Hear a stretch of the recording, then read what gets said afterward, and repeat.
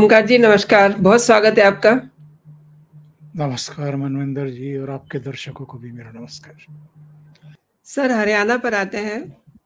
2 बार BJP वहाँ जीत चुकी है एंड इस बार उनका क्या आप सीन एज्यूम कर रहे हैं? देखिए, जो अतीत है, जो चुनावी इतिहास है, जो सरकारें बनी हैं हरियाणा में, वो मैक्सिमम 2 बार ही किसी पॉलिटिकल पार्टी की निरंतरता में रही है। 2004 में भूपेंद्र सिंह हुड्डा कांग्रेस सरकार के मुख्यमंत्री बने थे। 2009 में फिर से कांग्रेस वहाँ जीत गई थी और फिर वो 2014 तक मुख्यमंत्री रहे। इसी तरीके से 2014 में भारतीय जनता पार्टी को एब्सोल्यूट मेजॉरिटी मिली, मनोहर लाल खट्टर वहाँ के चीफ मिनिस्टर बने। 2019 में जब फिर से चुनाव हुआ तो भारतीय जनता पार्टी ने फिर सरकार बना ली और मनोहर लाल खट्टर कंटिन्यू किए। इसके अलावा शुरू में जरूर एक आध ऐसी घटना हुई, पर उसके बाद इन 2 संदर्भों के अलावा कोई तीसरा संदर्भ मिलता नहीं है हरियाणा की राजनीति के संबंध में कि कोई 2 बार सरकार भी बनी हो।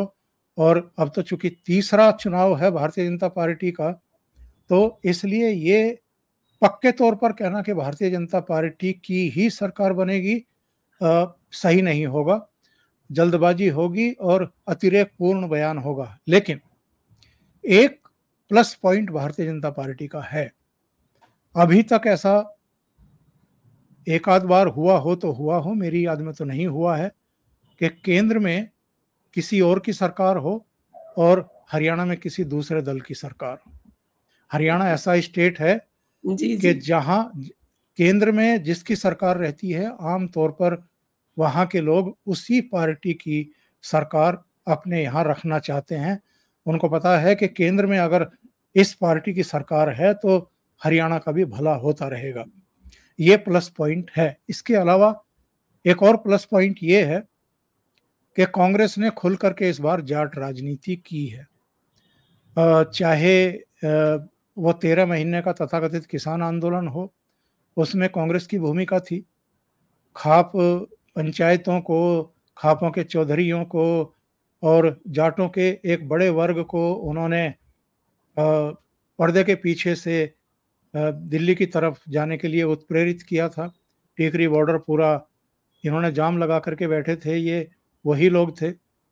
और इसके अलावा जो ये पहलवान बेटियों का जंतर मंतर पर आंदोलन चलवाया, उसके पीछे भी कांग्रेस की लीडरशिप ही थी। खास तौर से भूपेंद्र सिंह हुड्डा, दीपेंद्र हुड्डा, चौधरी वीरेंद्र सिंह, इसके अलावा सतपाल मलिक भी वहाँ पहुँच गए थे, कुछ दूसरे नेता भी पहुँच गए थे। इन्हीं का सब किया धरा था।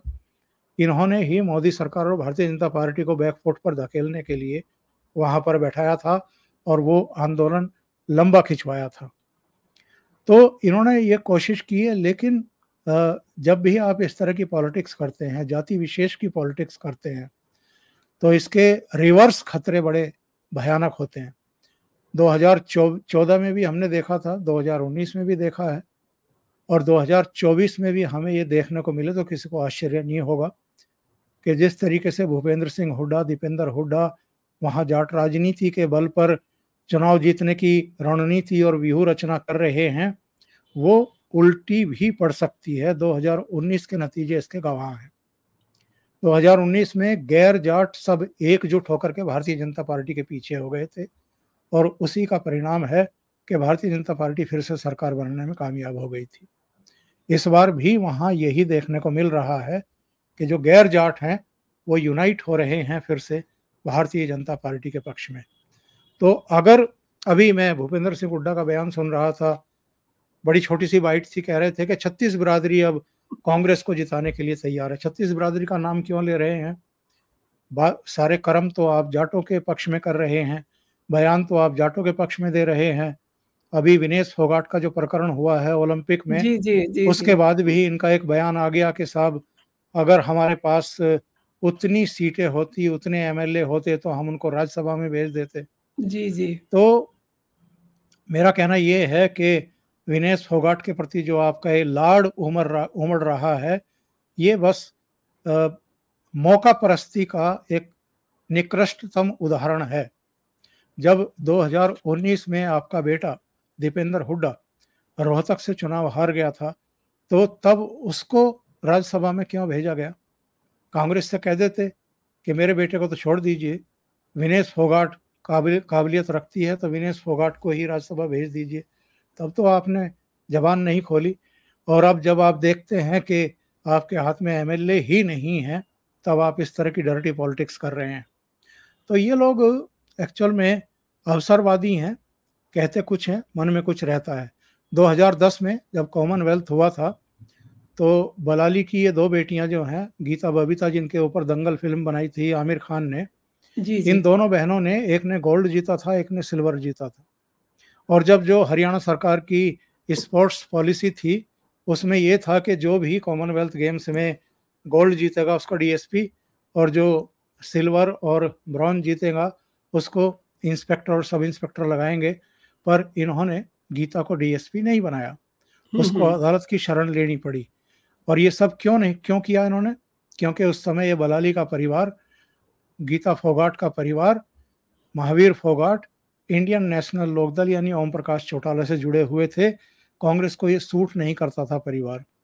गीता बबीता की जो माताजी थी वो आईएनएलडी की सरपंच हुआ करती थी उस समय। तो उस समय आप कुछ और करते थे, उस समय कुछ आपका फैसला कुछ और था, अपनी स्पोर्ट्स नीति के खिलाफ ही था। और आज आप कह रहे हैं कि साहब विनेश फोगाट को, यानी इनकी चचेरी बहन को, आप राज्यसभा भेजने की बात कर रहे हैं। वो अच्छा हुआ महावीर फोगाट ने ही इनको वो पूरा प्रसंग याद दिलाते हुए जी। इनकी बोलती बंद कर दी। अभी रिसेंटली उन्होंने याद दिलाया था इनको कि आपने क्या किया था। उसी के बाद इनकी काफ़ी बदवी पिटी। सर, मैं एक चीज़ और जानना चाह रही हूँ, सुनीता केजरीवाल हरियाणा के लाल की याद दिला रही हैं वहाँ के लोगों को।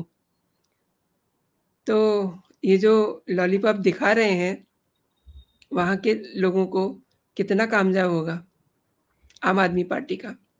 दिल्ली में जब पोल्यूशन बढ़ता है तो ये हरियाणा के लोगों को दोषी ठहराते हैं, उनके सिर पर ठीकरा फोड़ते हैं कि वहाँ के किसान चूंकि पराली जलाते हैं इसलिए दिल्ली का दम घुट रहा है, या पंजाब के किसान जब पराली जलाते हैं तो यहाँ का दम घुट रहा है। यानी दिल्ली के पोल्यूशन के लिए तब हरियाणा जिम्मेदार हो जाता है।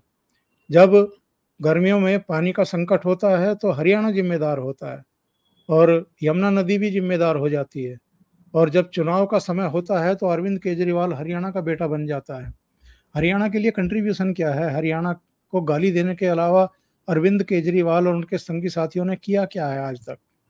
अब चूंकि विधानसभा चुनाव आ गए हैं तो इसलिए वो हरियाणा का बेटा हो गया है। हरियाणा में वो रहे कितने हैं, उनका परिवार कितना रहा है, उनके पिताजी उनकी माताजी कितनी रही हैं, और जिस इलाके को बिलोंग करते हैं, सिवानी मंडी को, वहाँ क्या उनका घर है अभी भी? क्या वहाँ अभी भी जाते हैं? तो फिर कैसे वो हरियाणा के बेटे हो गए? तो ये सिर्फ और सिर्फ चुनाव जीतने की टैक्टिस होती है और कुछ नहीं है। आम आदमी पार्टी का हरियाणा से कुछ लेना देना है नहीं और कोई जनाधार भी नहीं है। आम आदमी पार्टी ने अभी लोकसभा चुनाव भी लड़ा है। इससे पहले जो 5 राज्यों के चुनाव हुए थे दिसंबर 2023 में, तब उनमें से 3 राज्यों में 205 कैंडिडेट भी खड़े किए थे। उन 205 कैंडिडेट की सबकी जमानत जब्त हुई, नोटा से भी 50% वोट कम मिला। इसके अलावा अभी लोकसभा चुनाव जब इन्होंने लड़े, कहीं कहीं कांग्रेस के साथ मिलकर के लड़े ये, दिल्ली, गुजरात और हरियाणा में, और चंडीगढ़ में। चंडीगढ़ की सीट तो खैर इन्होंने कांग्रेस को दे दी थी। हरियाणा की 10 में से 9 सीटें कांग्रेस ने लड़ी थी, कुरुक्षेत्र ये लड़े थे। गुजरात की भावनगर और भरूच सीट पर आम आदमी पार्टी लड़ी थी। दिल्ली की 4 सीटों पर आम आदमी पार्टी लड़ी थी और 3 पर कांग्रेस लड़ी थी। 22 में से केवल 3 सीटें पंजाब की जीत पाई भारतीय जनता, ये आपकी आम आदमी पार्टी। यानी 13 में से केवल 3 सीटें और 10 में से 8 सीटें कांग्रेस पार्टी जीत गई। तो इनका जनाधार बहुत तेजी से खिसक रहा है। जो आम मतदाता है इस देश का, वो समझ चुका है कि ये कट्टर वट्टर ईमानदार नहीं है, महाभ्रष्ट हैं। शराब घोटाले में इन्होंने करोड़ों कमाया है और इसी वजह से ये गिरफ्तार हुए हैं, इसी वजह से ये जेल में सड़ रहे हैं, जेल की रोटियां खा रहे हैं। तो अब लोग समझदार हो गए हैं। विधानसभा चुनाव लड़ने का अगर इन्होंने इरादा किया है, ऐलान किया है, तो केवल और केवल उसमें भी पैसा कमाने के लिए। क्योंकि जो मेन पॉलिटिकल पार्टी से टिकट की उम्मीद रखते हैं, जब मेन पॉलिटिकल पार्टियों से उनको टिकट नहीं मिलता तो वो किसी ना किसी पॉलिटिकल पार्टी से जाकर के टिकट लेकर के चुनाव लड़ते हैं।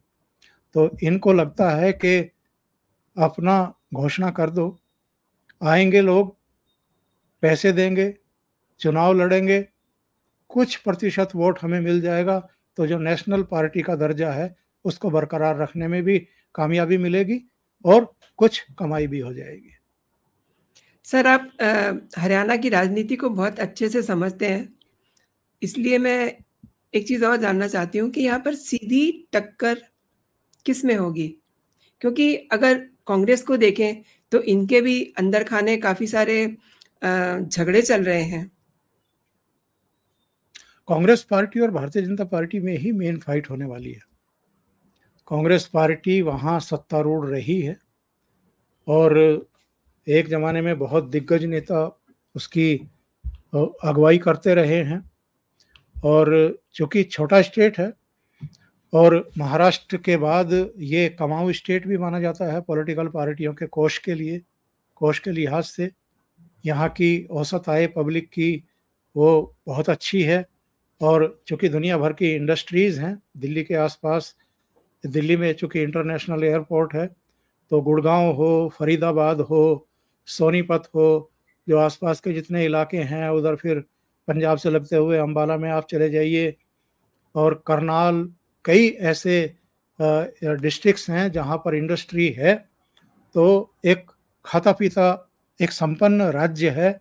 उस लिहाज से हर पॉलिटिकल पार्टी की ये इच्छा रहती है कि वहाँ उसकी सरकार रहे ताकि वो अपने पार्टी कोष को भी थोड़ा सा संपन्न कर ले। तो कांग्रेस पार्टी का लंबा शासन वहाँ रहा है, उसका अनुभव भी रहा है। हाँ, ये बात ठीक है कि इधर अंदरूनी कलह है। ये बात ठीक है कि जब से भारतीय जनता पार्टी का उभार हुआ है और नरेंद्र मोदी प्रधानमंत्री बने हैं और उनकी लोकप्रियता कम नहीं हो रही है, उसके चलते अब हरियाणा में कांग्रेस पार्टी वीक हुई है। और जो गुटबंदी है, जो भीतरघात है कांग्रेस का, वो उसके लिए इन चुनाव में भी एक चुनौती होने वाला है। और जो मैंने कहा था कि जाट और गैर जाट की राजनीति अगर इस चुनाव में भी रही, बलवती हुई, आगे बढ़ी, तो भी कांग्रेस के लिए बहुत मुश्किल होगी। लेकिन फाइट भारतीय जनता पार्टी और कांग्रेस में होगी, बाकी सब ये सहायक खिलाड़ी रहेंगे या वोट कटवा बन करके रह जाएंगे। मेरा आखिरी सवाल यही था जो आपने अभी बात की है कि जाट वोट फैक्टर जो है उसको किस तरीके से देखते हैं? जाट वहाँ कितने हैं इसको लेकर के भी तमाम तरह के दावे प्रतिदावे किए जाते हैं। कोई 22% बताता है, कोई 24%, कोई 26%। मान करके चले कि भाई चलो 22-23% होगा। और 40 सीटें ऐसी मानी जाती हैं 90 में से जहां जाटों को डिसाइडिंग फैक्टर माना जाता है। उनमें भी 20 से 25 सीटें ऐसी हैं जहां जाटों का वाकई प्रभाव होता है और वो डिसाइडिंग फैक्टर वाकई हैं। बाकी की 15 सीटें ऐसी हैं जहां दूसरे वोटर भी डिसाइडिंग फैक्टर हैं, केवल जाट नहीं है। और ऐसे में जबकि जाट जो हैं वो कई पार्टियों में और कई नेताओं के बीच में बंटते रहे हैं, तो मैं ये नहीं मानता कि वहाँ पर जाट जो है वो डिसाइडिंग फैक्टर अब रह गया है। 2014 में भारतीय जनता पार्टी ने, नरेंद्र मोदी और अमित शाह ने एक गैर जाट यानी पंजाबी को चीफ मिनिस्टर बनाया, जो 9.5 साल तक वहाँ चीफ मिनिस्टर रहे। उन पर कोई एक जरा सा भी दाग नहीं है, बहुत ही ईमानदार चीफ मिनिस्टर रहे हैं, बड़े निष्पक्ष तरीके से उन्होंने वहाँ पर शासन किया है।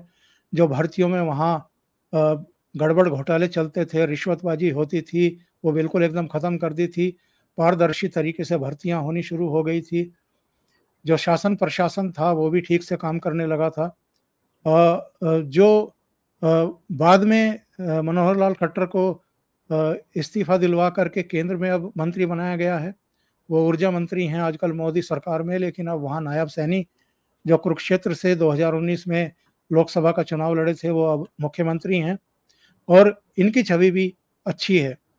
तो वहाँ पर जो जाट हैं वो अगर 22, 23, 24% भी हैं और 76% अगर गैर जाट हैं, तो आप इसी से अंदाजा लगा लीजिए कि जाट कितने अहम हैं और जो गैर जाट हैं वो कितने अहम हैं।